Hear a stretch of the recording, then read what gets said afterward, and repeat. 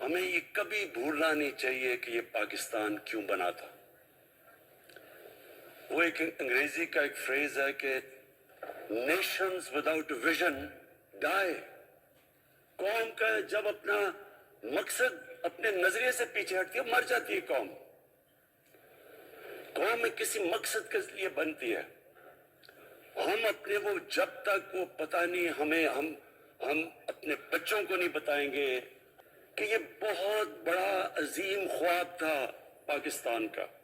تو علامہ اقبال کا کیا وجہ تھی پاکستان بنا خواب دیکھنے کی؟ ان کی وجہ یہ تھی کہ ہم نے ایک دنیا کو مثال دینی تھی کہ اصل میں ایک ماڈل بنانا تھا کہ اصل میں ایک اسلامی ریاست کیا ہوتی ہے. اور وہ بیس کس کے اوپر کر رہے تھے پاکستان کی اسلامی فلاحی ریاست جو ہماری آبجیکٹو ریزولوشن میں ہے؟ نبی صلی اللہ علیہ وسلم کی مدینہ کی ریاست جو ان کی سنت تھی، جو دنیا کی تاریخ کی پہلی فلاحی ریاست بنی تھی، جس میں بہت بڑے بڑے ماڈرن جو آج کے پرنسپلز وہ پرنسپلز طے کیے گئے تھے.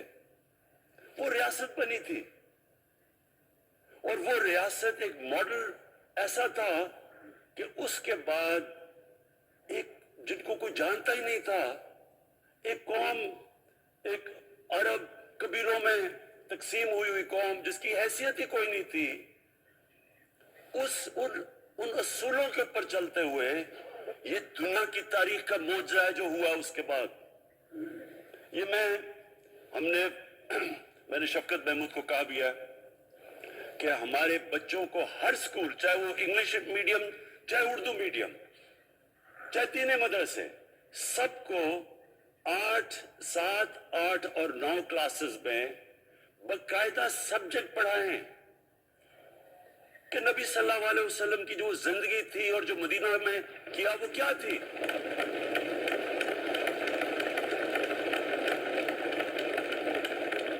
تاکہ ان کو پتہ چلے کہ اس ملک کا مقصد کیا تھا. بڑے لوگ جو پاکستان نہیں چاہتے تھے وہ کیا کہتے تھے؟ وہ کہتے تھے کہ پاکستان تو بن گیا تو آپ نے تباہ، جو مسلمان ہندوستان میں رہ گئے ان کو آپ نے سیکنڈ کلاس سٹیزن بنا کے چھوڑ دیا. آج بیچارے مسلمانوں سے کیا ہو رہا ہے وہاں؟ تو وہ لوگ کہتے ہیں کہ اگر پاکستان نہ بنتا تو مسلمانوں کی زیادہ طاقت ہونی تھی. ایک ہندوستان میں اس طرح مسلمانوں کا برا حال نہیں ہونا تھا جو آج ہے. یہ ایک آرگیومنٹ دی جاتی ہے. اور اگر ہم پاکستان کو جس مقصد کے لیے بنا تھا اگر ہم ادھر نہیں لے کے جائیں گے تو وہ ٹھیک کہہ رہے ہیں. یہ تو نہیں تھا کہ وہاں ٹاٹا برلا تھے جو اربوں پتی اور یہاں یہ شریف اور زرداری اربوں پتی بن جائے. اس لیے تو نہیں پاکستان بنا تھا. یہ ایک بڑی ہمیں ری الائن کرنا چاہیے اپنے نظریے کی طرف. ہمیں اپنا رخ چینج کرنا چاہیے واپس کہ یہ بڑا عظیم خواب تھا پاکستان کا. اور وہ جو تاریخ تھی، وہ جو اصول انہوں نے سیٹ اپ کیے، جن لوگوں کی حیثیت ہی نہیں تھی، یہ تاریخ کا حصہ ہے کہ اس کے بعد انہوں نے دیکھتے دیکھتے 15، 20، 30 سالوں کے اندر دنیا کی امامت کی. صرف امامت ہی نہیں کہ وہ تو منگولیوں نے بھی دنیا بڑی جلدی سے فتح کر لی تھی. چنگیز خان نے بھی بڑی جلدی اس کی فوجوں نے فتح کر لی تھی. 100 سال کے بعد وہ ختم ہو گئے تھے. انہوں نے ایک دنیا کی عظیم سیویلائزیشن، جو ٹاپ سائنٹسٹ تھے، سارے دنیا کے ٹاپ سائنسدان، ایک عظیم کلچر. اور سب سے بڑی بات جو میں یہ کہنا چاہتا ہوں، انہوں نے ایک مورل سٹینڈرڈ سیٹ کی دنیا میں. جب مسلمان گئے انڈونیشیا اور ملیشیا، وہاں تو کوئی مسلمان کی فوج نہیں گئی، وہاں تو کوئی تلواروں سے نہیں فتح کیا. مسلمان تاجروں کا وہاں کردار دیکھ کے لوگ حیران ہو گئے کہ یہ کون لوگ آئے ہیں جو بالکل ان کی مورالٹی ایسی، نہ وہ کوئی دغا بازی کرتے تھے، نہ وہ کوئی دھوکہ دیتے تھے، اپنی زبان پہ کھڑے ہو جاتے تھے. لوگ ان سے امپریس ہو گئے کہ کون سی قوم ہے. دیکھیں اسلام ایک ہم غلط فہمی میں ہیں، یہ سمجھتے ہیں کہ جی تلوار سے اسلام پھیلا تھا. اسلام پھیلا تھا کہ وہ ایک انسان کے کیریکٹر کو ریفارم کرنے آیا تھا. ہم جب اللہ سے مانگتے ہیں، ہم نماز میں ایک چیز مانگتے ہیں کہ اللہ ان کے راستے پہ لگا جن کے تو نے نعمتیں بخشی، ان کے نہیں جو غلط تباہی کے راستے پہ چلے گئے. صرف نماز میں ہم یہ چیز مانگتے ہیں، ہر روز ہم پڑھ کے یہ مانگتے ہیں. یہ دو راستے ہیں، ایک ہے تباہی کا راستہ، ایک ہے عظمت کا راستہ. نعمتیں کس کو بخشی؟ اللہ کے پیغمبروں کو. اور جو دنیا کا سب سے عظیم انسان، جو دنیا کا سب سے عظیم لیڈر، جس کو اللہ نے سب سے زیادہ نعمتیں بخشی، ہمارے نبی صلی اللہ علیہ وآلہ وسلم. نہ کبھی اس طرح کا انسان آیا، نہ کبھی آ سکتا ہے. تو ہمیں راستہ بتایا کہ ایک ان کا راستہ ہے اور ایک دوسرا راستہ ہے، تباہی کا راستہ ہے. اور وہ جو ان کے راستے پہ چلتا گیا وہ ایک عظیم انسان بنتا گیا. ایک کتاب ہے، میں اپنے لوگوں کو ریکمینڈ بھی کرتا ہوں کہ دی عرب کانکویسٹ، وہ پڑھنے والی کتاب ہے. اس میں بتاتے ہیں کہ جب مسلمان ایک دم دیکھتے دیکھتے دنیا میں پھیل گئے تو کوئی ایک آدمی نہیں تھا. ایک تو بڑے عظیم سپہ سالار تھا خالد بن ولید، لیکن وہ جو بھی بنتا تھا وہ جنرل عظیم بن جاتا تھا.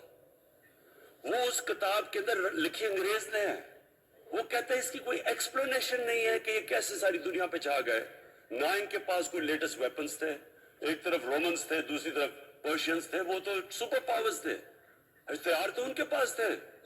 نہ ان کے پاس ہتھیار، نمبرز میں بھی وہ زیادہ تھے، ان کی فوجیں بھی زیادہ تھیں، لیکن وہ ساری دنیا پہ پھیل گئے اور ایک ایسا سویلائزیشن بنا کہ زیادہ تر تو مسلمان نہیں تھے، وہ بھی ان کو مانتے تھے، کیونکہ ان کی اخلاقیات، ان کا عدل اور انصاف کا نظام، ان کا کیریکٹر، اس کی وجہ سے لوگ آئے ہیں. یہاں جو ہندوستان میں اسلام پھیلا ہے، یہ ہمارے جو بڑے بڑے بزرگ تھے، دادا صاحب، بلے شاہ، نظام الدین اولیاء اور بابا فرید، یہ لوگ تھے.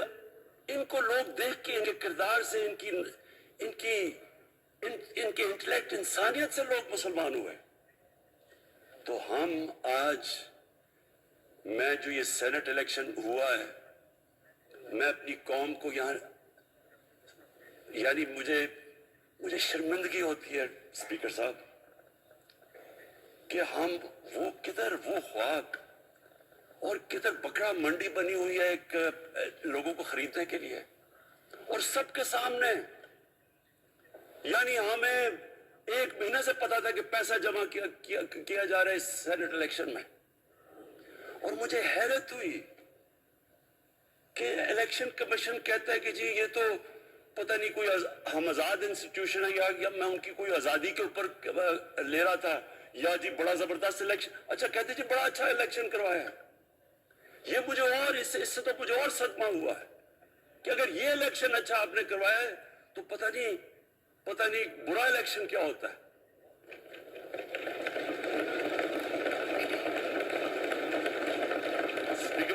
اسپیکر صاحب یہ دیکھیں، مجھے یہ افسوس یہ ہوتا ہے کہ ہم ایک چیز سمجھتے نہیں ہیں. ہم کہتے ہیں نا جی ہمارے معاشی حالات بہت برے ہیں. دیکھیں جی ہماری ڈیفیسٹ تھے، یہ ہمارے کرنٹ اکاؤنٹ، یہ جو بھی ہم کہتے ہیں، قرضے چڑھے ہوئے ہیں. یہ جو قرضے چڑھے ہوئے ہیں یہ ایک بیماری کے سمٹمز ہیں. بیماری کچھ اور ہے. اخلاقی طور پہ ہماری قوم کو تباہ کیا ہے، پھر معاشی تباہی آتی ہے. آج مجھے ایک ملک کا بتا دیں جس کی اخلاقیات اوپر ہو، جن کے مورل سٹینڈرڈز اوپر ہوں اور وہ غریب ہو. ایک ملک مجھے بتا دیں، اور کوئی ملک مجھے بتا دیں جتنا مرضی پیسہ ہو، وسائل ہو، سب کچھ ہو، لیکن وہاں کی بھی جو لیڈرشپ کرپٹ ہو، وہ مجھے بتا دیں کہ اس میں خوشحالی ہو. دیکھیں یہ ساتھ ساتھ جاتا ہے. اس وقت کیا ہوا تھا مدینہ کی ریاست میں؟ کیا انہیں کوئی سونا تیل مل گیا تھا؟ کیا ہوا تھا کہ ان کے پاس کوئی پیسے آ گئے تھے؟ کیسے وہ اوپر اٹھ گئے تھے؟ کوئی انہوں نے قرضے لیے تھے، کس طرح اٹھے تھے اوپر؟ دنیا کے عظیم لیڈر نے ان کی اخلاقیات اٹھا دی تھی، صادق اور امین۔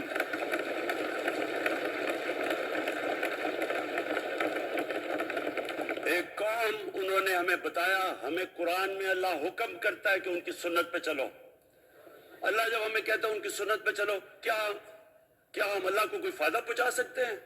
ہماری بہتری کے لیے کہتا ہے قرآن شریف میں، سب کچھ ہماری بہتری کے لیے اللہ نے، یہ تمہارے لیے بک آف گائیڈنس ہے ہمیشہ کے لیے، اور یہ ہماری بہتری کے لیے ہے۔ تو وہ جب ہمیں کہتا ہے کہ نبی صلی اللہ علیہ وسلم کے راستے پہ چلو، وہ ہماری بہتری کے لیے کہتا ہے۔ اور میں، جس نے اس عمر میں ساری دنیا دیکھ لیا ہے، اسپیکر صاحب میں آپ کو بتاؤں، مجھے تکلیف ہوتی ہے دیکھ کے، جب میں یہ مغربی ملکوں میں جاتا ہوں، اسکینڈینیویا میں، سوئٹزرلینڈ میں، آپ وہاں کے اخلاقی سٹینڈرڈز دیکھیں، ان کی مورل سٹینڈنگز دیکھیں، شرم آئے گی آپ کو کہ جو ہمارے ملک میں ہو رہا ہے۔ اور یہ جو سینٹ کا الیکشن ہوا ہے، آپ کو افسوس ہوگا کہ ہم وہ کس کی امت ہیں، ہم کس کی امت ہیں، کس کے نام پہ پاکستان کا مطلب کیا، لا الہ الا اللہ، اس پہ یہ ہمارا ملک بنا تھا۔ اور آج دیکھیں، ایک کرپٹ آدمی، دنیا میں ثابت کیا ہوا کرپٹ آدمی آصف زرداری، دنیا میں اس کے اوپر لکھا ہوا کہ مسٹر 10%، مضمون لکھے ہوئے ہیں، فلمیں بنی ہوئی ہیں اس کے اوپر۔ اور اس ملک میں لوگ کہیں جی ایک زرداری سب پہ بھاری، کیا کہ وہ رشوت دیتا ہے اس لیے سب پہ بھاری ہو گیا؟ کیا یہ ہمارا ملک؟ دوسری طرف دیکھیں، دوسری طرف یہاں بیٹھے ہوئے ہمارا لیڈر نواز شریف، اور نواز شریف ایک ڈاکو، ملک کو 30 سال سے لوٹ کے ملک سے باہر بھاگا ہوا ہے، جھوٹ بول کے باہر بھاگا ہوا ہے۔ سارے ملک کے سامنے ہمیں کیبنٹ میں ہم نے 6 گھنٹے میں بتایا جی اس کو یہ بھی بیماری ہے، اس کو یہ بھی بیماری ہے، اس کو یہ بھی بیماری ہے، وہ شاید وہ جہاز پہ بھی نہ چڑھ سکے، وہ شاید مر جائے گا۔ جیسے وہ جہاز پہ چڑھا، جیسے وہاں گیا، وہ ایک دم بھی تبدیل، اور آج وہاں جا کے تقریریں کر رہے ہیں، وہاں بیٹھ کے سکیمیں کر رہے ہیں، وہاں بیٹھ کے پلاننگ کر کے جی اسے اتنا پیسہ دو، ادھر پیسہ کھلاؤ۔ ساری ان کی ایک کوشش ہے، جب سے ہم 2.5 سال سے حکومت آئی ہے، یہ سارے بڑے بڑے ڈاکو اکٹھے ہو کے یہ سمجھ رہے ہیں کہ عمران خان کو کرسی کا اتنا شوق ہے کہ اس کے اوپر اتنا پریشر ڈالو کہ یہ جی ہمیں جس طرح جنرل مشرف نے NRO دیا تھا یہ بھی دے دے گا۔ جنرل مشرف، فوج اس کے نیچے، عدلیہ اس کے کنٹرول میں، ساری، میں کیونکہ میں ادھر ممبر پارلیمنٹ تھا اپوزیشن نہ ہونے کے برابر، جو اپوزیشن کے اندر جو مین آدمی تھا فضل الرحمان، وہ اس کے ساتھ ملا ہوا تھا، وہ 2 نمبر ہمیشہ سے تھا، رائٹ۔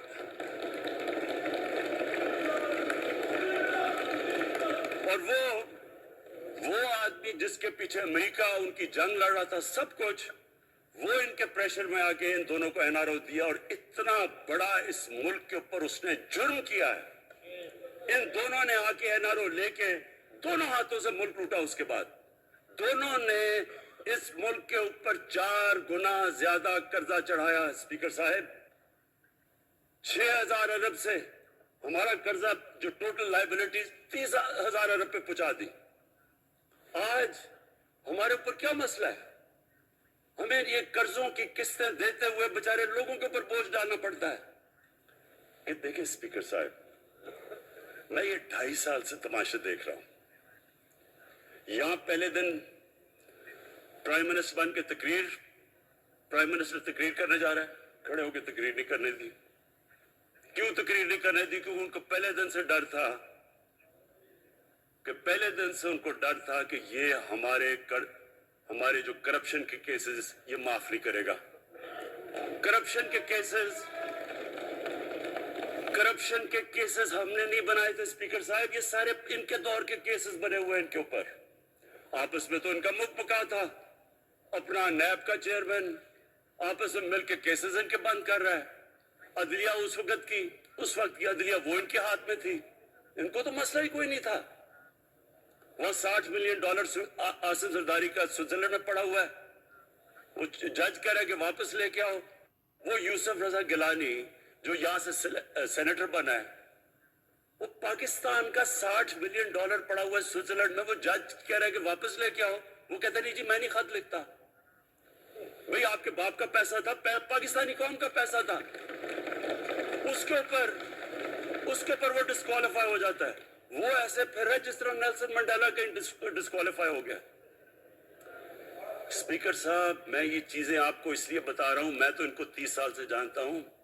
دیکھیں جب تک ہم اس ملک میں اپنی اخلاقیات ٹھیک نہیں کریں گے, مورل سٹینڈرڈز ٹھیک نہیں کریں گے, جب اس طرح کے الیکشن ہوں گے کہ کھل کے پیسہ چل رہا ہے اور ہم کہیں گے نہیں جی وہ پٹواری کیوں پیسے لیتا ہے, تو وہ تھانے دار کیوں پیسے لیتا ہے, وہ سرکاری نوکر, وہ تو بیچارہ جو نچلا طبقہ ہے وہ تو واقعی جس طرح شیخ رشید نے کہا ہے, مہنگائی جو بڑی ہے بیچارے لوگوں کی تنخواہ میں گزارا نہیں ہو رہا. ان کو ہم کہہ رہے ہیں کہ آپ بالکل ایماندار بنے, اور یہ جن کا اتنا ان کے پاس پیسہ ہے اسپیکر صاحب, میں آپ کو یقین سے کہتا ہوں ان کو خود نہیں پتا کہ ان کا کتنا پیسہ باہر پڑا ہے. اتنا 30 سال سے چوری کر رہے ہیں پیسہ, اور 30 سال سے پیسہ چوری کر کے اب ان کی کوشش یہ ہے کہ عمران خان کے اوپر پریشر ڈالو سارے چور مل کے کہ جی کبھی ہم گورنمنٹ گرا دیں گے, کبھی ہم وہ نکلاتے ہیں. اب سوچیں فیٹف کے اوپر, اب فیٹف ہماری وجہ سے تو نہیں فیٹف پہ ہم گرے لسٹ میں آئے, یہ تو نون لیگ کے دور میں گرے لسٹ میں آئے ہیں. اب اگر فیٹف کی بلیک لسٹ میں پاکستان جاتا ہے تو یہاں سب کو پتا ہے کہ سینکشنز لگ جائیں گی, تو آگے مشکل سے ہم نے اکانومی کو سٹیبلائز کیا, مشکل سے. اگر بلیک لسٹ میں جاتا ہے تو اکانومی سیدھی نیچے. آج جو لوگوں کو مشکل پڑی ہوئی ہے, اور مشکل پڑی ہوئی ہے ہمارے لوگوں کو مہنگائی کی, اس کی وجہ یہ ہے کہ ہمارا روپیہ جو تھا تقریباً 107 روپے کا, آج 160 روپے کا. تو جب روپیہ گرتا ہے تو ساری چیزیں باہر سے مہنگی ہو جاتی ہیں, پٹرول, ڈیزل, بجلی. اب بجلی کی آدھی بجلی ان سے باقی ڈالر کانٹریکٹس کے اوپر بجلی کے کانٹریکٹ سائن کیے ہوئے ہیں, وہ سب کچھ باہر سے. دالیں مہنگی, جو چیز باہر سے امپورٹ کرتے ہیں, گھی مہنگا, ساری چیزیں مہنگی ہو جاتی ہیں. تو یہ سوچ لیں کہ اگر ہمارے اوپر سینکشنز لگ جائیں, اگر ہمارے اوپر فیٹف کی سینکشنز لگ جاتی, تو یہ تو آپ تو سوچ نہیں سکتے کہ یہ ملک پر کیا حال ہونا تھا. تو ہم اپنے ملک کے لیے فیٹف کی ریکوائرمنٹ پہ لیجسلیشن کروا رہے ہیں, اور انہوں نے جناب اتنا بڑا وہ پکڑا, اتنا بڑا وہ لا دیا جی, اتنا بڑا جی, یہ 34 شکیں چینج کر دیں نیب میں. اب نیب کا فیٹف سے کیا تعلق ہے؟ انہوں نے سمجھا کہ اب عمران خان قابو آ گیا, اب تو یہ ڈر کے فیٹف کی بلیک لسٹ سے, اب تو جناب ہمیں یہ 34 شکیں سائن کر کے تو نیب کو ختم کر دے گا. مطلب یہ کہ صرف ان کی چوری کے کیسز ختم ہو جائے, بس ون پوائنٹ ایجنڈا ان کا. اور میں نے آپ کو پہلے دن یہاں سے کہا تھا, پہلے دن یہاں کھڑے ہو کے میں نے کہا تھا کہ ان کا صرف ون پوائنٹ ایجنڈا. میں ان کو جانتا ہوں, جب یہ سارے اپوزیشن میں میرے ساتھ تھے. ان کا صرف ایک خوف ہے, یہ NRO نہیں دے گا, لہٰذا اس کو اتنا بلیک میل کرو. اور اب فیٹف کے اوپر تو یہ پھنس گیا ہے, تو اب اس سے کنسیشن لے لو تاکہ نیب ختم ہو جائے. اب سوچیں کیا ان کو ملک کا فکر ہے؟ کیا ان کو نہیں پتا تھا کہ کیا ہونا ہے اگر فیٹف کی بلیک لسٹ پہ چلے جاتے ہیں؟ ڈاکٹر فہمیدہ مرزا نے بڑا اچھا آپ کو ایکسپلین کیا.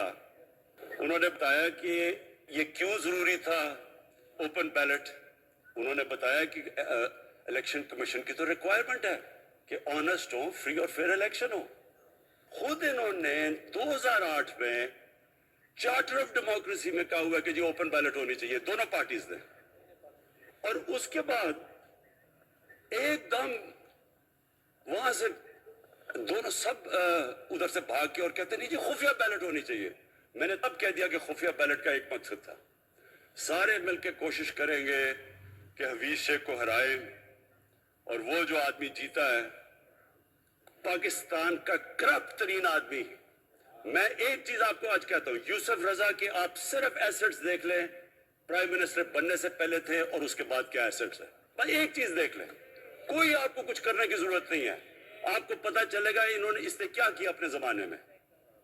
تو اس کو لا کے یہاں بٹھا کے تو جناب انہوں نے سارا پیسہ لگا کے, اور ہمیں سب پتا تھا کیا ہو رہا ہے. اور اس کو جا کے جناب انہوں نے ہروا دیا حفیظ شیخ کو. کیا پیغام گیا سارے ملک میں؟ اس کا میں نے کیوں یہ آج ووٹ آف کانفیڈنس لی ہے؟ اس کا کیا پیغام گیا دنیا میں؟ سارے لوگوں کے سامنے اوپن ہارس ٹریڈنگ، لوگوں کو راتوں کو کال کر رہے ہیں. یا میں تو خاص داد دینا چاہتا ہوں، میرے ممبرز بیٹھے ہیں، خواتین بیٹھی ہیں جن کو کالیں گئی ہیں رات کہ جی 2 کروڑ سے ریٹ شروع ہوگا، ہم اب آپ کو آگے پیسے دیں گے. ان کو ساروں کو پیسے آفر کر رہے ہیں. اور پھر اگر میں صرف الیکشن کمیشن کو ایک چیز کہنا چاہتا ہوں، آپ مہربانی کریں پاکستان کی ایجنسیز سے صرف ایک سیکرٹ بریفنگ لیں. آپ ان کو اندازہ ہوگا کتنا پیسہ چلا اس الیکشن کے اندر، پتہ چلوائیں کیا ہوا اس الیکشن میں، تاکہ آپ اس طرح کی سٹیٹمنٹ نہ دیں کہ جی ہماری کوئی آزادی ختم کر رہی ہے. میں آپ کی آزادی ختم کر رہا ہوں یہ کہہ کے آپ کے کہ یہ جو الیکشن میں ہوا ہے. اسپیکر صاحب، میں آج اس اوکیزن کے اوپر، کیونکہ مجھے اس پہ کافی، میں 2.5 سال یہ بڑی چیزیں برداشت کرتا رہا ہوں، اور میں اس لیے صبر سے کرتا رہا ہوں کیونکہ ملک اتنا ہمارا مشکل میں ہے. جو ہمیں ٹائم ملا جب میری گورنمنٹ آئی، میں آپ کو یقین سے کہتا ہوں کہ ساری زندگی میری تو سٹرگل پہ گزری. جو بھی آپ انسان نے کسی چیز میں کمپیٹ کرتا ہے، اگر آپ نے ملک میں اپنے سب سے ٹاپ 11 کھلاڑیوں میں پہنچنا ہے تو ایک بہت سارے ملک میں مقابلہ کر کے آپ وہاں پہنچے، اس میں بڑی سٹرگل ہوتی ہے، اونچ نیچ ہوتی ہے بڑی. اور پھر اگر آپ کو دنیا کے لیول پہ آپ کو اپنا، اگر آپ نے آپ کو منوانا ہے، اس کی اور ایک سٹرگل ہوتی ہے. اور میری اس سے زیادہ بڑی سٹرگل تھی کہ ایک آدمی جا کے ہاسپٹل بنانے کی کوشش کرے، اور وہ بھی کینسر ہاسپٹل. تو ایک وہ بہت بڑی سٹرگل تھی. پھر پولیٹکس میں لمبی سٹرگل رہی ہے. اکیلا تھوڑا سے لوگوں کے ساتھ شروع ہوا تھا اور سٹرگل کر کے 14-15 سال تو مذاق اڑتا تھا میرا، سارے ہنستے تھے جب نام سنتے تھے میرا. تو ایک سٹرگل کر کے یہاں پہنچا ہوں. جو یہ 2.5 سال میں اسپیکر صاحب میں نے سٹرگل کی ہے، یہ میری زندگی کی سب سے مشکل سٹرگل تھی. اور کیوں مشکل تھی؟ کیونکہ جو یہ 10 سال میں اس کو ڈیکیڈ آف ڈارکنس کہتا ہوں، ایک ایک انہوں نے ابا کیا. صرف 10 سال پہلے اداروں کے حال دیکھ لیں، کوئی ادارہ اٹھا لیں، پی آئی لیں، ریلوے لیں، سٹیل مل 8 ارب روپے کا پروفٹ لے کے بیٹھی ہوئی تھی. 8 ارب روپیہ سٹیل مل میں پروفٹ تھا جب تک کہ زرداری نے ہاتھ نہیں مارا اس کو. اپنا وہ ریاض لال جی فرنٹ میں رکھ کے ہمارے سامنے، میرے پاس آئے لوگ چیمبر والے، انہوں نے کہا جی یہ سٹیل مل سستی بلٹس اس کو بھیجا، اس کے تھرو پیسے دے رہا. وہ سٹیل مل آج بند پڑی ہے. ایک ایک ادارہ انہوں نے تباہ کیا. بھرتیاں کی لوگوں کی، وہ ادارے اتنے بڑے بڑے ہو گئے ہیں کہ وہاں پینشن ہی اتنی آ گئی ہے کہ کچھ بچتا ہی نہیں ہے سیلریز اور پینشن کے بعد کے ادارے کو ٹھیک کر سکے. ایک ایک ادارہ تباہ کیا. ملک کا سب سے بڑا جو کرنٹ اکاؤنٹ ڈیفیسٹ، جس کے اوپر سارا پریشر پڑتا ہے، اگر آپ کا کرنٹ اکاؤنٹ یعنی کہ ڈالر زیادہ ملک سے باہر جا رہے ہیں اور کم اندر آ رہے ہیں تو پریشر روپے پہ پڑتا ہے، وہ گر جاتا ہے. تو وہ میں آپ کو بتاؤں، جب روپیہ گرتا ہے تو غربت پھیل جاتی ہے ملک پہ. تو سب سے بڑا current account deficit, fiscal deficits جو کہ آپ کی آمدنی اور خرچے، وہ بڑا ڈیفیسٹ. سارے ادارے خسارے میں. پاور کانٹریکٹس جو انہوں نے سائن کیے اسپیکر صاحب، یہ عمر ایوب آپ کو بتائے گا، وہ یعنی ایسے لگ رہا تھا کہ کسی دشمن نے آ کے ایک ملک کو نقصان پہنچانے کے لیے پاور کانٹریکٹ سائن کیے. ان کے اندر وہی پاور پروجیکٹس آپ کہیں اور دیکھ لیں، کسی اور ملک میں، بلکہ اپنے ملک میں دیکھ لیں، اور وہ دیکھیں کہ انہوں نے کس پیسے بنائے، وہ کس پیسے پہ.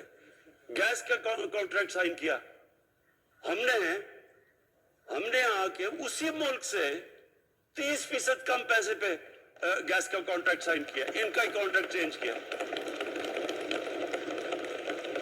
ساری گورنمنٹ، جب اوپر سے پرائم منسٹر لگا وہ پیسے بنانے، وہ پرائم منسٹر ایک نوکری کر رہا ہے کس کے لیے؟ ایک دبئی کی کمپنی کے لیے. کبھی دنیا میں سنا ہے اس طرح؟ کبھی یہ مذاق سنا ہے جی کہ ملک کا پرائم منسٹر کسی دبئی کی کمپنی کے اندر نوکری کر رہا ہے؟ ادھر سے یہاں ڈیفنس منسٹر، ان کا فورن منسٹر، وہ دبئی کی کمپنی سے نوکری کر رہا ہے. اور وہ ایک انٹیریئر منسٹر،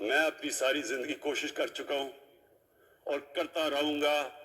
میں تو اپنی پارٹی کو یہ بھی کہا تھا کہ اگر میری پارٹی ساری بھی چھوڑ دے میں اکیلا بھی ان کے خلاف لڑتا رہوں گا. میں تو کبھی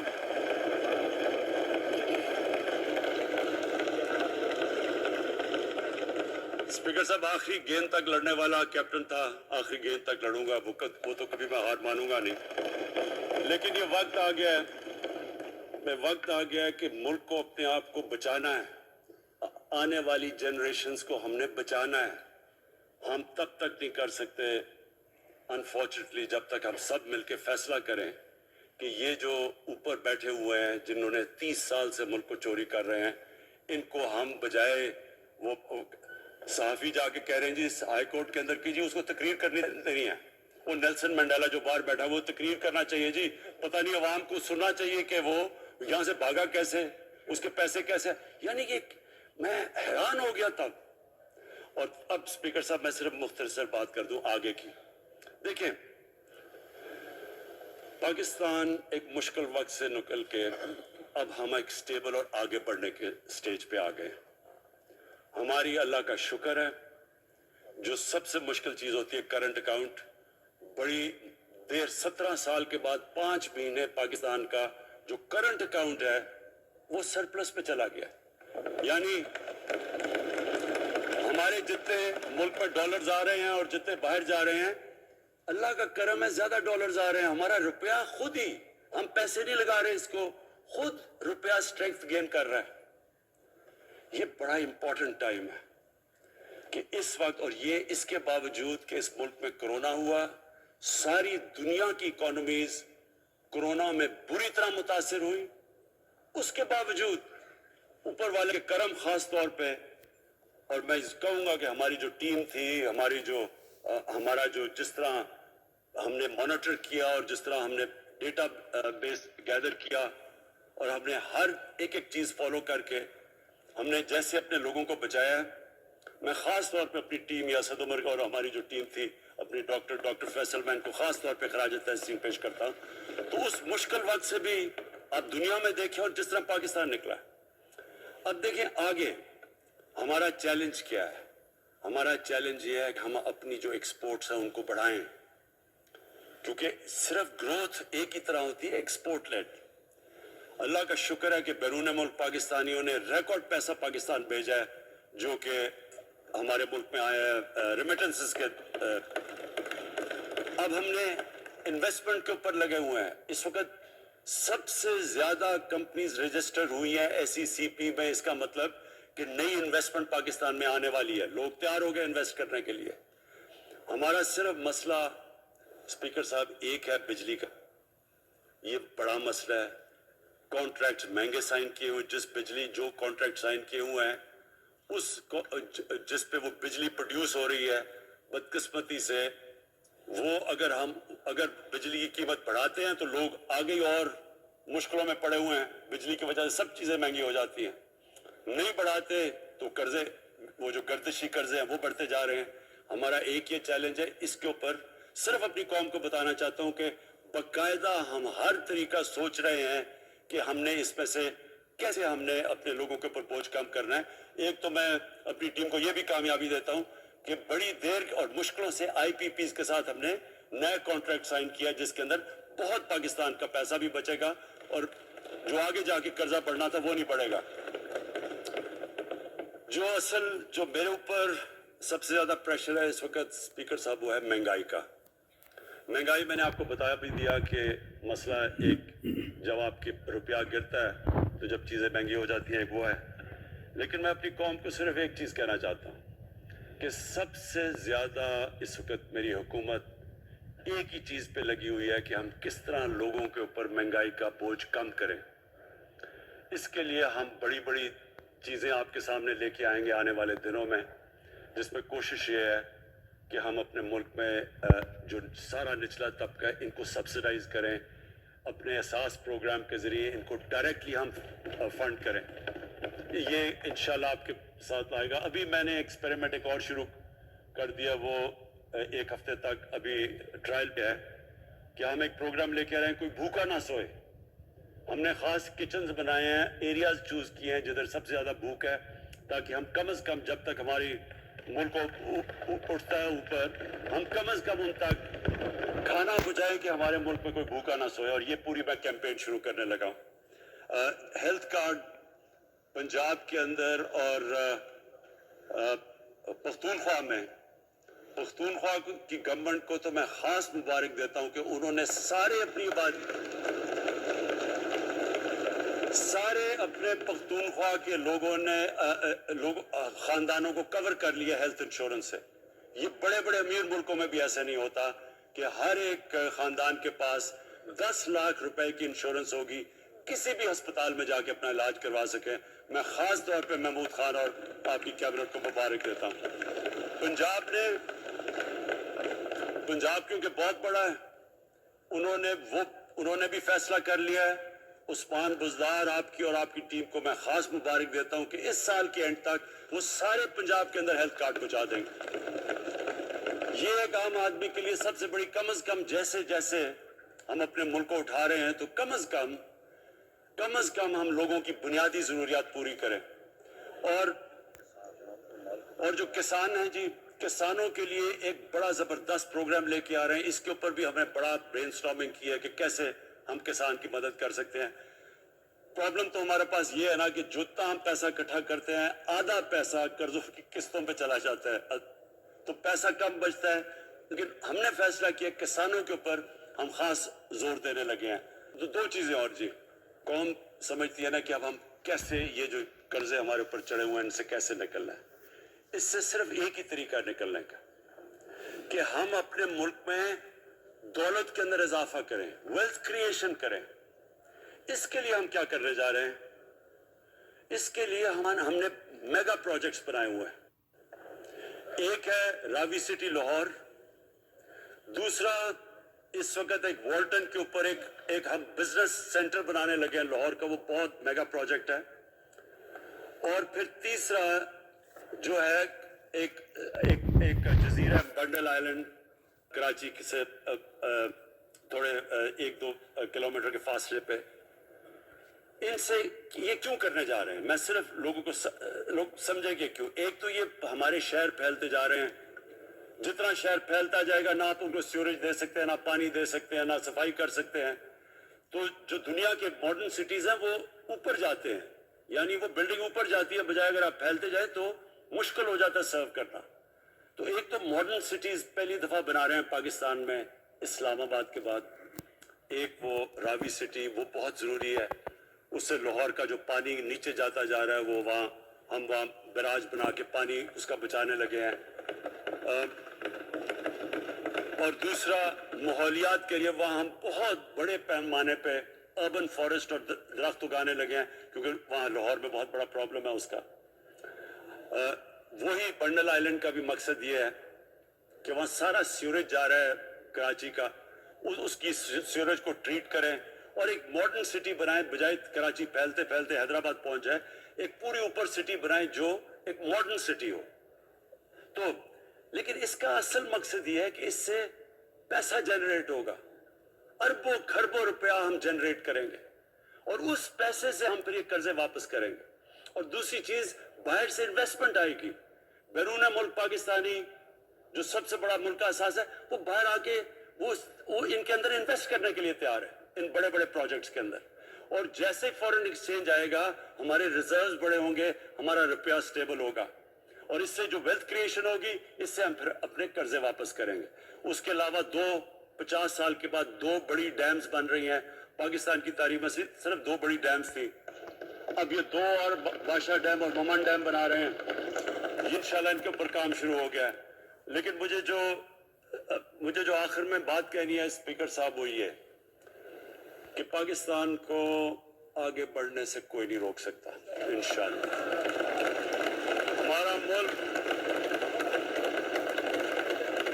ہمارے ملک میں, کیونکہ میں شاید ہی لوگ اتنا اپنے ملک کو انہوں نے اس طرح دیکھا جیسے میں نے سارا ملک پھیرا ہوا ہوں. اللہ نے ہر قسم کی نعمت دی ہے. اس ملک میں جو پوٹینشل ہے شاید ہی کسی ملک میں ہے. اس کا جو لوکیشن ہے جیو اسٹریٹجک, وہ بھی شاید ہی کسی ملک کے پاس ہے.